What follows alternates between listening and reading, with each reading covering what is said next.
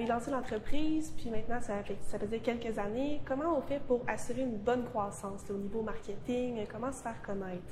Oui, c'est une super bonne question. En fait, j'ai toujours associé croissance à innovation et innovation dans tous les domaines, que ce soit dans le domaine marketing, dans le domaine du produit. Dans notre cas, la croissance a été au départ liée au fait qu'on sortait des nouveaux produits, on est passé à l'émission dans l'œil du dragon et souvent les gens nous disaient hey, quand vous allez passer à l'émission dans l'œil du dragon, vous allez avoir un gros pic et ça va redescendre par la suite. Mais la réalité, c'est que si tu as un gros pic, c'est important de construire sur ce pic-là. Donc, on s'est mis à faire des entrevues à la radio avec des journaux. On a vraiment misé là-dessus pour atteindre une plus grande notoriété, une plus grande visibilité. Et par la suite, on a été en mesure de commencer à faire de la publicité web, à faire d'autres, à passer par d'autres médias pour être en mesure de rejoindre nos clients.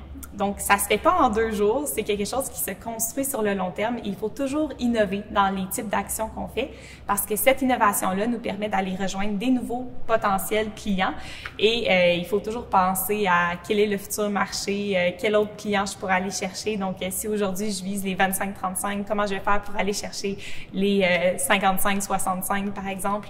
Donc, c'est vraiment par l'innovation, je crois qu'on est en mesure d'avoir une belle croissance. Donc, autant la croissance au niveau du marketing, c'est important, mais sinon, au niveau de la distribution, là, on est dans vos tout nouveaux bureaux ici, là, vous avez décidé de construire ça. Comment ça s'est passé? Peux-tu nous en dire plus? En fait, nous, on a décidé d'être une entreprise qui s'adresse directement aux consommateurs. Donc, il y a plusieurs avantages à vendre directement en ligne aux consommateurs. C'est que ça me permet de lui vendre vendre mon produit à un prix qui est plus intéressant.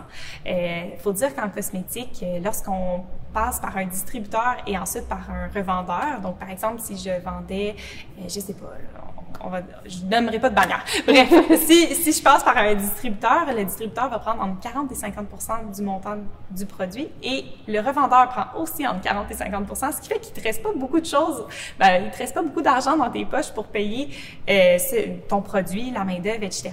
Donc, si j'avais décidé de passer par un réseau de distribution, il aurait fallu que je vende mes crèmes sur mesure 160 $ chaque. Donc, je crois que ça m'aurait vraiment limité au niveau de ma croissance et au niveau en général de l'atteinte de nouveaux clients. Donc, nous, on s'est dit, on va vendre directement en ligne aux clients. Ça nous permet de rendre notre produit accessible. Donc, on parle à peu près 64,99 pour une crème sur mesure et d'offrir un produit de haut de gamme avec des ingrédients de qualité à un haut pourcentage. Donc, ça, c'était vraiment notre objectif. Donc, on a quelques esthéticiennes aussi qui sont des partenaires à nous, qui vont pouvoir conseiller les produits sur mesure et ensuite, on les fabrique ici et on les expédie directement aux consommateurs. Sinon, qu'est-ce qui nous différencie en tant qu'entreprise? C'est vraiment le fait qu'on produit juste à temps. Donc, nos produits sont pas fabriqués en avance, des années d'avance, on les fabrique vraiment au fur et à mesure qu'on reçoit les commandes. Donc, ça nous permet d'avoir des produits plus frais, mais ça nous permet aussi de mieux gérer notre inventaire et c'est ça nous permet de nous différencier sur le marché.